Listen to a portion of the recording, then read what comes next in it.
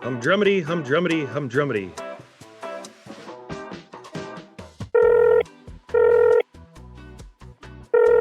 Hello.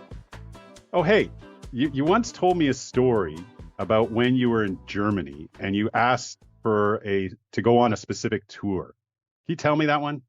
It was about, I guess, 2010, maybe 2009. We did a trip to Europe. Our trip kind of ended in Munich. So we had 3, 4 days in Munich. So in our hotel, the hotel that we were staying at, they had a bunch of pamphlets in the lobby, and a lot of the pamphlets were for tours. So I mentioned to my wife, I said, a lot of, pre-World War II happened in Munich. Like a lot of the March on Munich, I guess it's the same thing, but the beer hall push, and the Nazis had a lot of their headquarters in Munich. So I said, I wonder if they have like a tour where where some of these events happened. So I said, I'm going to call the tour company and see if they have like a tour like that. So I called the tour company and I said to the lady, I said, do you have, I probably should have used a better word, but I said, do you have like a Hitler tour? And she's like, well, excuse me. And I said, well, where they had their offices, where, the March on Munich started, where he kind of started to rally the troops, where he, started doing his speeches, and where he started to gain, kind of notoriety and power and stuff like that. She's like, no, I don't. And then I asked her, I said, you've never been asked that before? She goes, no, I don't recall ever being asked that before. She goes, we don't have anything like that. But hold on, I'll call you back in 15 minutes. So I said, okay, fine, perfect. So at this point, my wife's laughing. She's like, you're an idiot. They're not going to call you back. There's no such tours, this, that, and the other thing. So sure enough, in about 15, 20 minutes, she called me back and she said, okay, well, some of these buildings don't exist anymore, but there are some that, are still in existence in Munich. She gave us, a walking tour of downtown Munich. It actually gave the buildings some, not a purpose, but some recognition. Like you're walking in downtown Munich and you see all these old buildings, but it's like, okay, great, another old building kind of thing. But, there's some of them, there was history to it. And that's basically, that was basically the extent of it. Well, obviously, and I know you're not a Nazi sympathizer. What was the interest for you in seeing those places? World War II, I'm a history buff. That's why we went to Dachau, right? It was, that was part of World War II, part of history. So and I don't know if you know this term, but you were participating in what is called dark tourism, where you visit places that significant events happen, but tend to have either a darker history, a tragedy happened, things that we may learn from because of the negative results that came out of it. So doing this tour, this Hitler tour, as you asked to see, were there any takeaways for you from doing that tour? No, not at the time, really. I didn't think of it as a dark tourism tour, but yeah. Like I said, any city that I go to, like for instance, when I went to Washington D.C., when I was standing at undercover, because it was quite warm, and I was looking for shade, and I was standing undercover, and one of the tour guy or the guy on the bus said, "Do you know where you're standing?" And I said, "No, I haven't got a clue." And he goes, "Well, that's the Hilton, and that's where Ronald Reagan was shot." I'm like, "Oh, cool." If that's dark tourism, then yeah, I am. That's not that I look for it, but significant events that happen in the city, yes, I like to tour those facilities or just the area that has happened. All right. Well, you're in luck because today my guest is going to talk about dark tourism, and hopefully by listening to the episode, we're going to learn more about the insights and takeaways we can have by experiencing dark tourism. Hi, Chad, and welcome to Humdrummity. So glad you could take the time to join me today. Yeah, so happy to be on Humdrummity and meet with you and your listeners. Why I asked you on the show today is obviously the main theme of my show is about breaking out of humdrummity. And travel is, of course, one of the best ways to break out of our everyday routines. However, you are an expert on dark tourism. And I brought you on the show because I'd like to know what we can learn from such experiences and why this can be more profound and life altering than just vacation traveling. Sure. I just want to preface this with, I wouldn't say I'm an expert in dark tourism. There are actual experts in dark tourism. One of them actually wrote a foreword for my book, Dr. Philip Stone. What I am an expert in is I'm a mental health therapist. I've been in the mental health field for over 25 years now. And so I have a lot of experience in dark tourism, and I know a lot of getting familiar with the research in dark tourism. My book is how dark tourism helped me. And so that's what I'm an expert in, is my experience with dark tourism. I would like you to, tell the listeners how your journey into exploring dark tourism began. I actually think it started when I was a little kid. My parents were big travelers. We would drive around the United States going to see relatives, but we'd stop at a lot of historical sites and things like that. And I always kind of had more of an interest in places where tragedies happened, especially when we were younger, battlefields and things like that.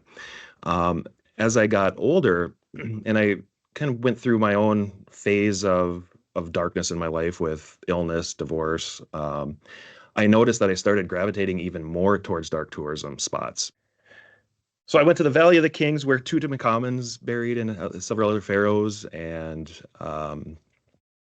been throughout the world in a variety of dark tourism spots. For example, Hiroshima and Auschwitz, and I really found that going to those places, I would go because of my interest in history. At least that's what I really thought I was going for. But I think on a subconscious level, I started seeking those places out more when I was going through. I had such a bad liver disease, I ended up having a transplant last year. Hmm. And I found myself going to those types of places more when I was going through my own darkness, because it just doesn't, you don't feel so alone in your life. You know that other people have suffered, and it's kind of a weird way, but you sort of start seeing little pieces of yourself in those spots. And when that happens, you start developing, more personal meaning within your own life, and you start really appreciating the things that you have. And it's really a profound thing when you go in there with, complete reverence for the things that have happened, and you really try to empathize with the people that have gone through tragedies. And in some cases, you're going to cemeteries, but empathizing with the lives of the people that died. It just gives you a whole different perspective on your life. I would actually equate it to astronauts have this thing they call the overview effect, where they're up in space and they just see how small they are in the world. But I think dark tourism does a very similar thing, where you look at your life through such a different lens via this dark tourism that it changes your life. I give an example. I actually start my book off, the introduction, with going into a gas chamber at Auschwitz. And when you're going in there, and it's I would say I feel literally sick when I go through a lot of the places I've been through. Hiroshima, same way. I felt just this sickness going through their main museum, hearing all the stories. But when I went down the steps into this gas chamber in Auschwitz, there's still one standing. And my tour group had gone ahead, so I'm in this room where thousands of men, women, and children have died, and you almost can feel you can almost feel their presence in there, in the suffering. And again, you feel really sick, and then you walk to the next room, which has the crematory furnaces, and then you walk out, and you feel a relief when you walk out, but you don't walk out the same person that walked in that building either. You walk out a better version of yourself, somebody who's more loving towards others, somebody who has more meaning within their own life, and it really can profoundly change you. So just after I was at Auschwitz, I went to Oslo. I started getting really sick, and I knew I had liver disease, but I didn't know necessarily how serious it was. And we were kind of hoping that it would get better. But I started getting sick in Oslo, and I got home and I did blood work, and then it was showing my liver was, just barely hanging on. So it just kind of came out of the blue. And within a month, I was on the transplant list, and another 6 weeks after that, I was actually transplanted. And I recovered really fast. And about 6 weeks after I had my transplant, I was out in Los Angeles, and and I was, and the reason I went out there is I live in northern Minnesota. It was March, and I was kind of backsliding because I wasn't getting any exercise. So I went out there to do I went out there to get walking in. And where I found myself, the 2 days in a row, I was in cemeteries near around Hollywood. I wasn't out doing more of the touristy things. I was in these cemeteries. And then it just dawned on me. Maybe it was the creativity of being in Hollywood, but I was in Hollywood Forever Cemetery, and it just hit me that um, I guess my subconscious really became conscious that, how much these were helping me get through my dark times. And that's when I decided I wanted to write the book and tell people about it. Just back to your personal story, Yeah. you obviously knew you had illness with your liver. Did you start traveling because you wanted to embrace life more as a result of this impending illness, or was it just happenstance that you went out and started Mhm. visiting these sites prior to your liver transplant? Well, even prior to all my issues going down, I still found myself gravitating towards these types of places. And then actually, I did intentionally start doing what I would call adventure tourism. So I went to Costa Rica and walked around rainforests, and same thing in Colorado and um, uh, Yellowstone National Park. And I went to Florida quite a bit. I learned to scuba dive with sharks. Took a venomous snake handling class. Actually, in Colorado, because of the geothermal stuff, they actually have this alligator sanctuary there. Alligators live in these swamps year round because it stays warm enough, and they get all these nuisance alligators from other states and have this big park there. It's by Great Sand Dunes National Park. It's really cool, and I paid some money to assist the staff to help inspect the alligators and give them medicine on their, the if they bit each other or whatever, they might have scars, and they put medicine on them or wounds. And so you're going into these swamps barefoot, and you pull out these giant alligators by your table or by their tail, and you jump on their backs so the person can rub medicine on them and inspect them. So I was doing things like that. So I've always gravitated towards healing through travel, and it was working really well. But then when I got really sick with my liver disease, I wasn't able to do a lot of that kind of stuff. So then I gravitated more towards adventure tourism, or sorry, dark tourism, which I didn't do again on a conscious level. That was just kind of my next, like, okay, this I couldn't do the adventure travel, so let's, kind of do my next interest. And what I found is that stuff was so healing during my own, difficult times, and I think I was subconsciously gravitating towards those places, because that's all I did for about 3 years is go to dark tourism spots. Almost every vacation I went on, that's where I decided to go, is to these historically dark places. Do you think perhaps like you were seeking adventure and maybe somewhat on the danger spectrum to recover or escape from the personal pain you were experiencing at that time? Yeah, I would say no. I was definitely going more to, um, I've always been a person, and I always say this to my clients, and I even and mentioned in my book, is comfort zones are for couch potatoes. Nothing grows in comfort zones. And what I found throughout my life is the more I pushed my comfort zones, the less my anxiety bothered me. So my personal condition, I had a generalized anxiety disorder, and I without a doubt did. And the more I pushed my comfort zone related to any type of anxiety, I found the core of my anxiety started going away. And and now I'm to the point where, through, I think, my dark tourism experiences, my expanding my comfort zone through a lot of that stuff, it's like I don't think I have, if anything, I lack anxiety now. But I think I have a healthy anxiety, actually, but I don't have any lingering clinical type of anxiety at all. So, you know, as a result then of visiting these dark places, what personal healing did you discover or take away? So I think when you confront your pain head on, it changes your perspective. And so I think what really was the most healing was, um, I kind of figured out what drove my life. I think when you're stepping in places of tragedy, and um, it again brings your own life into perspective. I think it helps you to not feel so alone, where you feel um, this connection to other people that have suffered, even though it was a completely different suffering. An example of that is I went down for a transplant, and my liver was actually in St. Louis, Missouri, and I had it in Minneapolis is where I went. So there was a delay. I thought about the my experience at D-Day, or in Normandy, and the troops, they were delayed by storms because for a day, and then it was their mission to get to the beach and then get to the other side of the beach and fight on. And I saw that as my own personal mission too. And I reflected on all this as as I'm told that this liver and I got to go home. And at that point, I was getting really sick. The sac around my lungs were starting to fill up with fluid, so it was becoming I was really labored breathing and I could hardly sleep. I was in so much pain. Um, and reflecting on that kind of thing is like, they got through it, I can get through it. Mm. And again, you just don't feel so alone in your suffering. And I'm just giving one example. I mean, there's many spots over the places I've been where you kind of have those same types of reflections, and they come back to help you.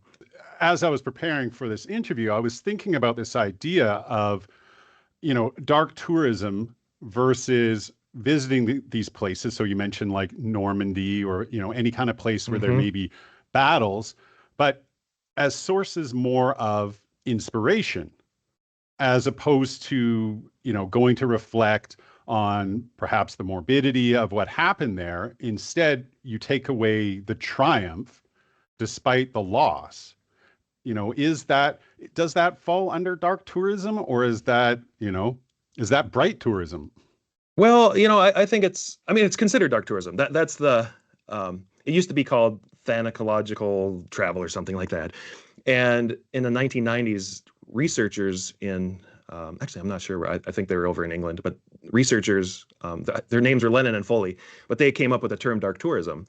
And I talk about the term in my book. So it's actually an academic discipline. And that's the term they use for their studies and things like that. But I think for the general population, it sounds kind of sensationalistic. So I don't necessarily use the term um, in my book all that much because of that.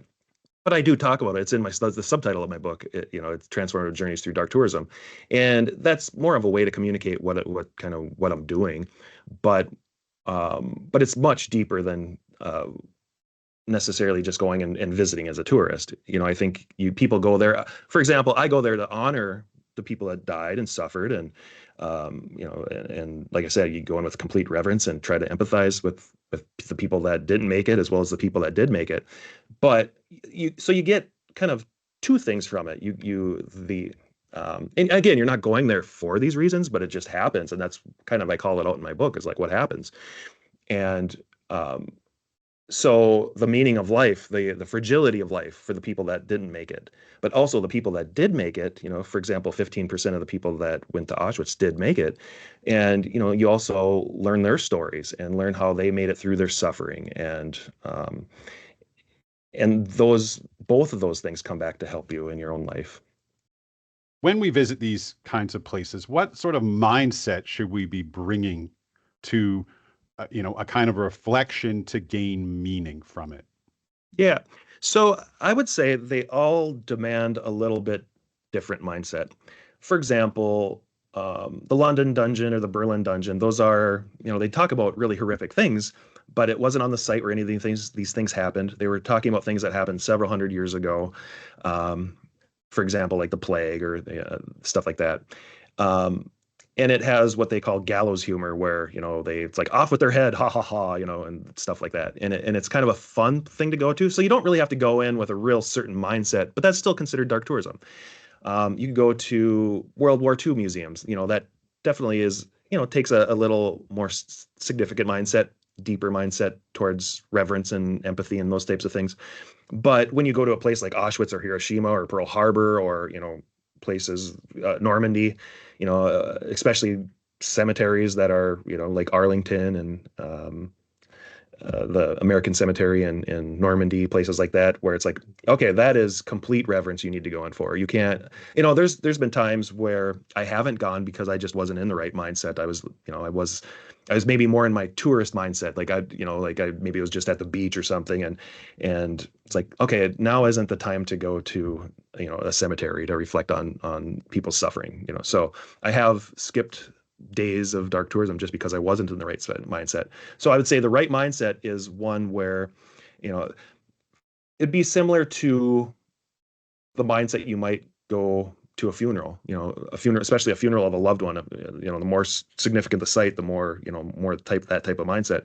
We're going to honor, to pay tribute, to face darkness, to, but you're doing it because you're doing it for the right reasons. You're not doing it for sensationalistic reasons. So Yeah, and I think that can be something perhaps we don't think about when traveling, because oftentimes we're visiting another country, we're just kind of churning through sites, tourist sites, and we mhm. don't take the time to reflect. And, this brings up this question in some respect, is modern dark tourism in some respects a selfie moment? Right. Right. Yeah. I mean, I think there's definitely some of that. I was just in Boston this week and last week, and that's kind of how I was. I've walked the Freedom Trail a few times in my life, and I walked it again, and I went a little faster this time because I didn't have a whole lot of time, but I wanted to see it all, and yeah, it was click, click, click, and and I think the Boston Freedom Trail, you can do that where if you go to um, maybe Arlington National Cemetery where you really have to, it's much more reverent in everything you do there. It's like, yeah, you don't just run to every grave just to get a picture. You go there and you spend time, bowed head and reflecting on the life of John Glenn or the Challenger crash or the unknown soldier Kennedys or, you know, uh, um, so yeah, you definitely takes a different mindset on the different places you go to. Yeah, so it has to be purposeful in some respects. Yeah, and I talk about that in my book where um, you can't just go and expect because I talk about how these places come back and really gift you. It's almost like when I went through my own suffering, going to those places almost came back to thank me in a way. And it wouldn't have happened had I gone and just, went and snapped pictures and took selfies and just went in for more of the sensationalistic, macabre type reasons. Um, but if like you brought up the Paris catacombs. I've been there twice. The first time, I think it was more of a, like my interest in a taboo was several years ago, and it was just like, okay, I've read about this place. It's just the place I got to see. And then a few years after that, I went again, and I brought my son there that time, and I wanted to show him because, it's again one of those places where you see 6 million bones, or 6 million skeletons. 6 million people are buried there, and you're walking through those catacombs, seeing all the skeletons and bones, and each person, each skeleton was a person. They had a name, they had loved ones, they had a job, they had kids. Some of them were kids. How did they die? How did they live? Who did they love? Yeah. So you walk out the other side, and it's just you have a more deep. Um, I don't want to say everybody that goes through there is going to have these same, but these were my reflections, and I think my reflections are similar to what a lot of other people have those reflections.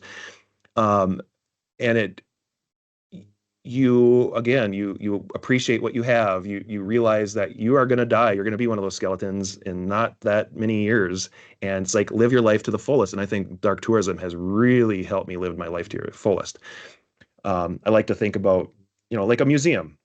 When you look back at museums, is it the facts that you remember that stick with you, or is it the emotions you felt in those museums that stick with you? So my most memorable museum museums I've gone to, it's places that make me feel. It's not what they've taught me. So I could go to a science museum or even the Smithsonian, the Natural History Museum, and it's like they have a lot of cool stuff there, but it didn't really speak to me in a way that going to, for example, the Whitney Plantation, which is down by New Orleans.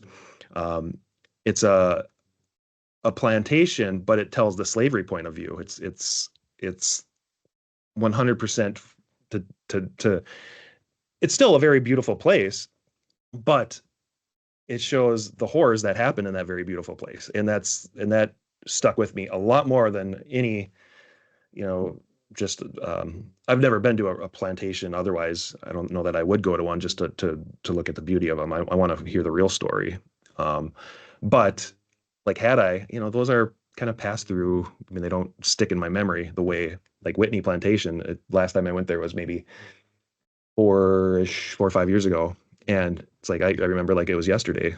Because of the reflections you have there and how much it hits you, and the children there. That not only talked about the people that were slaves, but it also talked about slave children, and that was a big piece of it. And a lot of children died, and it's like you go out and you're just like almost, I mean, you're angry that this had happened, and um, and you're more committed to helping, just people in general, but also especially for me, it was kids because I work, half my clientele are kids, and I was much more motivated to work with the kids, and to help them, and because they have a lot of suffering in their own lives.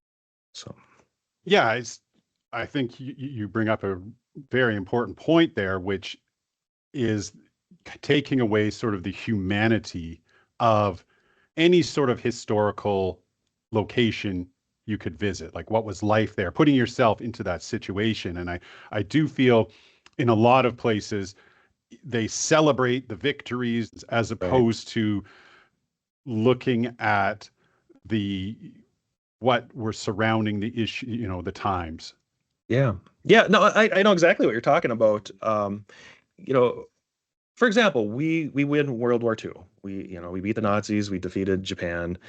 Um, but you also have to remember that there's people on the other side of those guns that um, they're just people too. They're fighting for their way of life, or they're fighting for a ruthless dictator and they're forced to fight. Um, for example, going through Hiroshima, I mean, you go through as an American with such guilt. Yeah, I remember I talk about this in my book too. There's a plane called Boxcar, a bomber called Boxcar, and it's at the Air Force Museum in Dayton, Ohio. And it was the bomb that dropped on Nagasaki. And I'm sitting there talking about selfies. I'm sitting there. I took a picture with me and my son smiling in front of this airplane, not thinking at all about. I mean, I saw it like Grandpa fought in the war. I know many other my friends' grandpas fought in the war, and my grandma's or my at the time my wife's grandpa had been shot down over Germany, and he was a pilot, and so I'm thinking a lot about the American side of it. But I didn't think about like we dropped two atomic bombs on a civilian population and wiped out hundreds of thousands of people. I mean, you don't realize that until I mean, you realize it, but you don't necessarily. I mean, you feel it. You feel it when you walk through those museums. And I was just felt this overwhelming sense of guilt and sadness going through Hiroshima's Peace Memorial Museum, and it made me just kind of disgusted with myself that I took a picture with this plane in Dayton where I'm smiling. Now, you mentioned this term dark tourism is really a modern concept, or the term was coined recently, Yep. but it's not really a new phenomenon per Correct. se, because throughout history, people have made, pilgrimages to sites of martyrdom. They've also gone to historical battle locations, morgues, asylums. In the past, this was probably viewed more as a means to gain understanding or have reverence for the situation. Yeah. Are we seeing a return to that idea? And can we learn something from the past? Yeah, I think dark tourism is all about learning things from the past. And I would say that, the terms have changed, but I think again, behaviors have been like this, have been happening. People have made these pilgrimages, like you said, pilgrimages to these dark places. You can, look back the Battle of Marathon, took antiquity, or Mount Vesuvius. I mean, those places people traveled to from faraway lands to go step on hallowed ground, and people are still doing that to this day. And there was a concept of memento mori. When I was in Boston, I saw a lot of the headstones back from the 16, 1700s that say memento mori on it and has skulls and crossbones and what that actually literally translates to is remember you must die. And um, and we look at skulls and bones and and people put this morbid twist on it, but back in the Victorian era, throughout the world, they used that motto and the skulls and crossbones because it's like you're gonna die, so live your life the best you can, and that's what dark tourism I think still does to this day. Now, back when I mentioned about learning from history, of course we learned from history. What I meant was looking at the way that in the past, for lack of a better term, dark tourism, where people would do these pilgrimages, oftentimes on a yearly basis.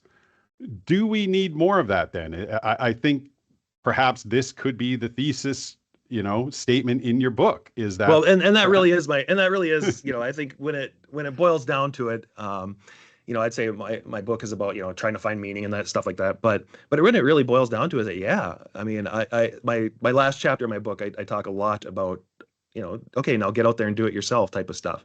And you don't have to go far. You can draw a ring around your hometown, maybe a 50-mile ring, and you're going to find a handful of dark tourism spots that, you might not think of them as dark tourism, but, if you walk through a cemetery, just your local cemetery, and just going to look at the headstones and to reflect on the lives and look at the dates, and some of them, they didn't live very long, and you start reflecting on, okay, what happened here, and those types of things. Again, you're stepping on hallowed ground, and anytime you step on hallowed ground, you have bigger reflections than yourself. They're you see life from a different angle when you're on hallowed ground, and I think that's what really, yeah. I mean, that's definitely something that I encourage everybody to do through my book. It's it could almost be found in a self-help section too. It's really not just travel writing. It's very much a self-help book.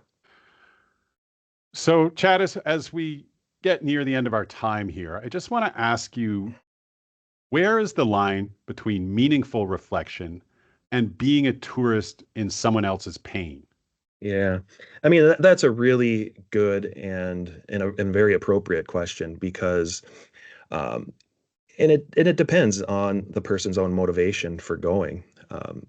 Like for me, I would say, you can go to places out of curiosity, and I did that, especially when I was younger. I'd go to some dark places out of curiosity. I talk about going to my first meaningful encounter with a cemetery was in Key West when a guy said, "Hey man, you should check out the cemetery. It has all these quirky epitaphs and stuff." And you go there and you go to places, and if you're going there and again, like if I'm there going to Auschwitz and taking selfies just to put them online and and say how cool am I, or you're going because you enjoy hearing the stories of people suffering. There's books about you, but they're not, they're more on the psychopathic type variety of books. I mean, it's not, um,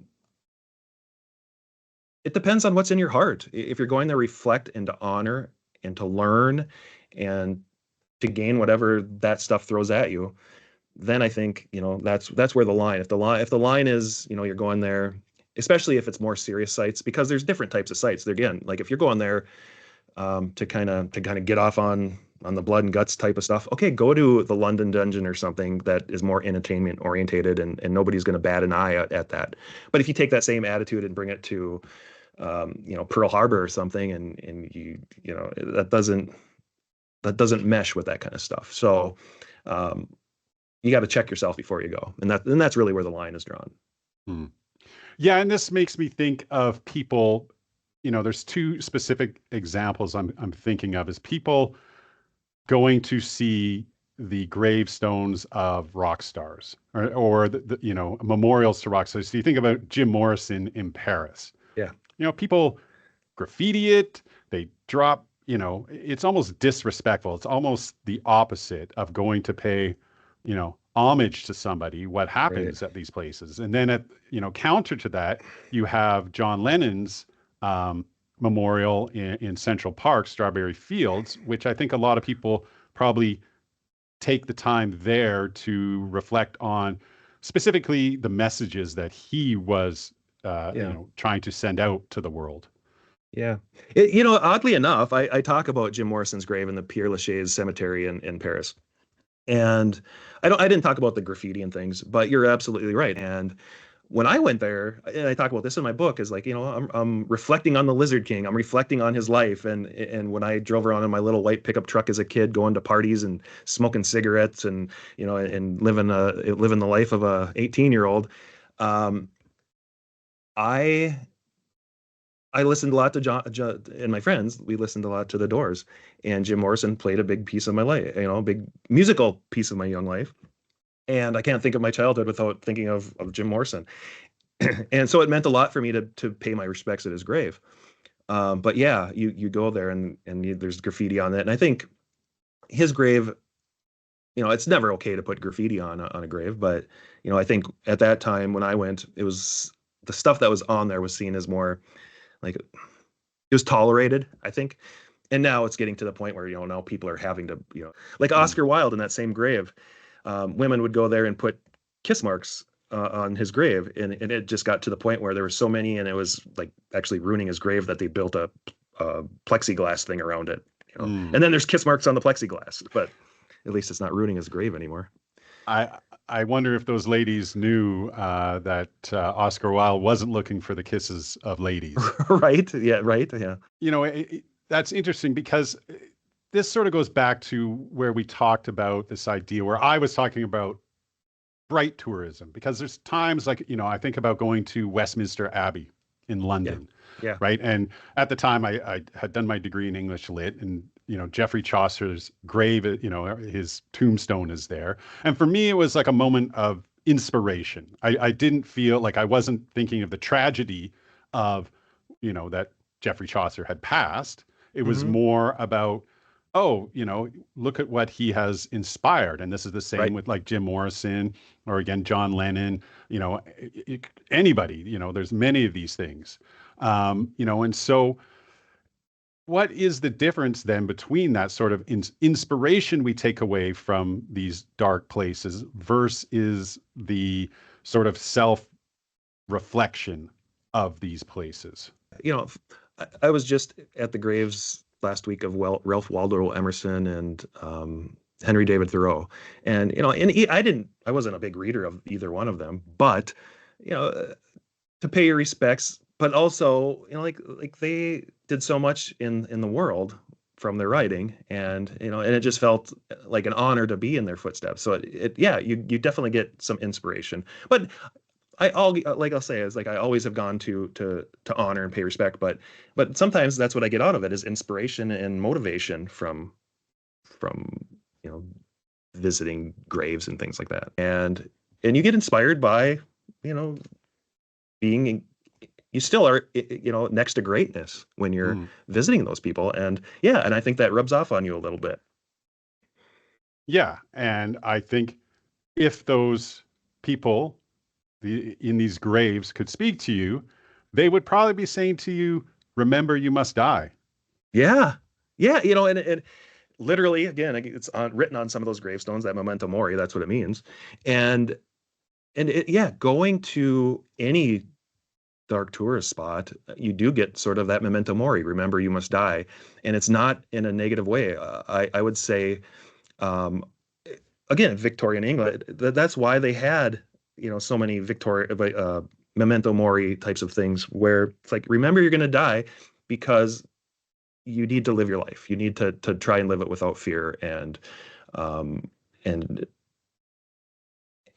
and if you sat there and were just anxious about everything, on my couch every day that I'm here in this office, I'm talking to people that are too anxious to live their lives fully because of their anxiety, and that's one thing that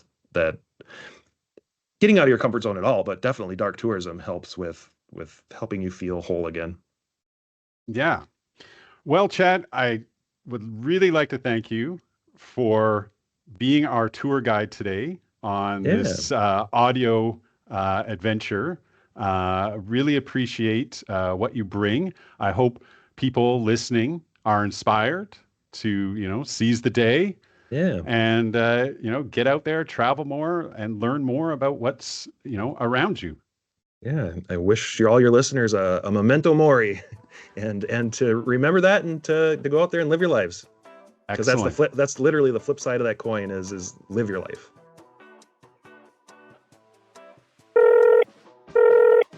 Hello. Hey, Kevin, it's Graham. Oh, hey, Graham. So, I was just doing my latest episode for Humdrumbity, and my guest, we're talking about dark tourism, and he brought up the phrase memento mori, which is a phrase that I know means a lot to you. And as the first guest on my podcast, which was called Remember You Must Die, which memento mori translates from Latin to English means, it made me think of you. And I also know that you're a history buff, and specifically about World War II, and you've traveled to a lot of locations involved with World War II. What would you say was sort of the most impactful location, monument, or place where a historical event happened of tragedy that stuck with you? And what were some of the takeaways you had? Wow. So many. But I think the most impactful one for me was the Vimy Ridge Memorial in northern France. Um, you know, oftentimes you'll see something like in literature and books, and it'll say like the person gasped. You know what I mean? Like, but that was the one time in my life I actually literally gasped when I saw that. And it wasn't the monument per se, but the drive up to it because they've left all of the craters that were caused by all the artillery shells. And these things are the size of like large homes, like these holes in the ground. Wow. And it goes on for, I don't know how long, like it felt like forever before you get to the memorial. And there's a wire that borders it as you drive through it. And there's all these signs that say unexploded ordnance, like it is still like over Wow. 100 years, and it's still a dangerous place to tread. And just the scale of that was something I didn't expect, because you always see pictures of the memorial, but you don't really see the drive up to it, which is, obvious why. But that was what that struck me most in, is the scale of it that was most shocking, I think. And this is the Canadian memorial to the soldiers that died in Vimy Ridge during Correct. World War One. Yeah, it was actually the entire area. Yeah, it's a there's tens of thousands of graves, but this one is the memorial itself is also a tomb for all of the soldiers that weren't identified. All the unknown soldiers Hmm. are buried there, because you find bits and pieces of individuals, and you have no idea who they belong to, and so they just basically put them all together and said, "This is a group of people that we just can't identify," which is so tragic in and of itself. But the memorial is spectacular. And so, what was the takeaways for you? Now, I spoke to my guest about dark tourism, and I'm not sure if you're familiar with that term. Yeah. Um, so, as a result of going to this place of great tragedy, what did that signify to you? And, how did you process that? And what did you maybe learn something about yourself from it? Well, it's funny you say that, because I'll approach the last sort of part of your question first. What it meant to me was actually a bit of a backstory. I did my family tree a couple of years ago on my father's side, and I found out that my great uncle, Alexander James McNabb, fought and died at a place called Regina Trench, which is not too far away from Vimy Ridge. He was, 22 years old when he lost his life. And so I had a genetic tie to that. Obviously, never met him, but a friend of mine is the executive director of the Vimy Foundation, Hmm. that kind of coincidentally. And she said, "Well, do you want to come there and lay a wreath for your great uncle?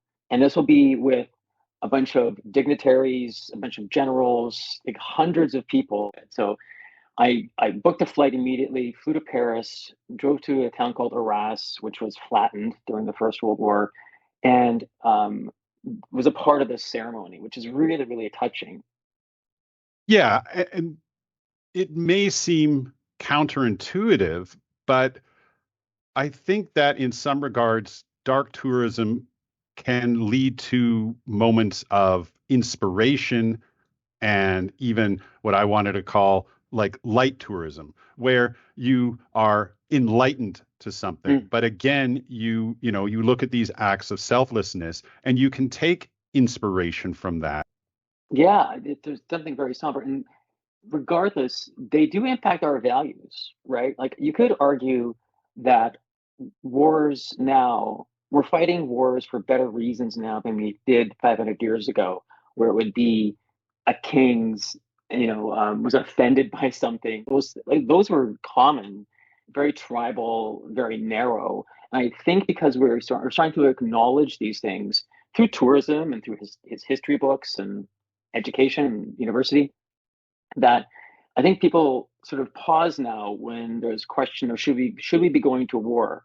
There's always going to be those drum beaters, but I think by and large people are pausing now and saying, well, is this really worth the sacrifice of our youngest generation, adult generation?